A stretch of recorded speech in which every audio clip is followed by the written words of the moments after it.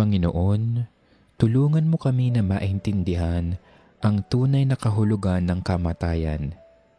Ito ang katapusan ng paghihirap at simula ng kasaganaan. Ito ang katapusan ng kabiguan at simula ng tagumpay. Ito ang katapusan ng takot at simula ng kapayapaan. Ito ang katapusan ng hapis at simula ng walang hanggang tuwa. Ito ang katapusan ng kahinaan at simula ng lakas. Panginoon, huwag mong tulutan na kami ay magupo ng kalungkutan, ng kawalan at kapaitan. Sa halip ng kalungkutan, naway mangibabaw sa amin ng bagong kasiyahan dahil sa mga biyayang ipinagkakaloob mo sa amin. Alisin mo ang anumang takot at pangamba sa aming mga puso.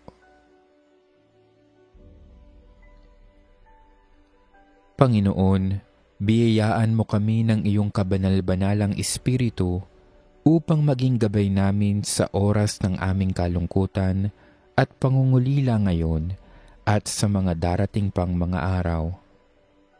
Ama namin at makapangyarihang Diyos, naniniwala kaming ang iyong anak na si Jesus ay namatay at muling nabuhay.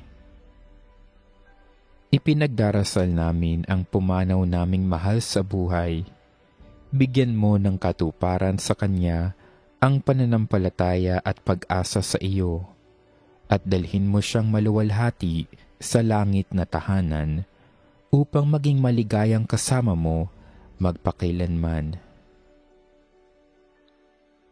Panginoon, nagpapasalamat kami sa lahat ng biyaya na ipinagkaloob mo sa yumao naming mahal sa buhay noong panahong siya ay nabubuhay pa.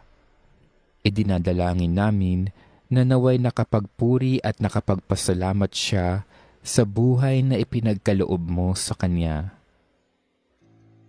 Panginoon, sana ay matuto kaming pangalagaan at pagyamanin ang buhay na ipinagkaloob mo sa bawat isa sa amin, na ang buhay namin ay maigsi at walang katiyakan. Naway patnubayan kami ng banal na Espiritu upang kami ay maging banal, matutong humingi ng tawad at magpatawad sa aming mga kasalanan. Matuto kaming magmahal sa aming kapwa at magpahalaga sa buhay na ibinigay mo sa amin. Idinarasal din namin sa iyo ang buong pamilya ng aming yumaong mahal sa buhay. Naway matanggap nila ang pagpanaw niya na may kapayapaan at pag-asa na siya ay kasama mo ngayon at ng mahal na Ama sa iyong tahanan. Pagpalain nawa ang yumao nating mahal sa buhay ng Panginoon at ingatan. Paliwanagin nawa ng Panginoon ang kanyang mukha sa iyo. Pagkalooban ka ng kanyang biyaya at tunghayan ka nawa ng Panginoon. Gawaran ka nawa ng kapayapaang walang hanggan. Amen. We'll never be forgotten.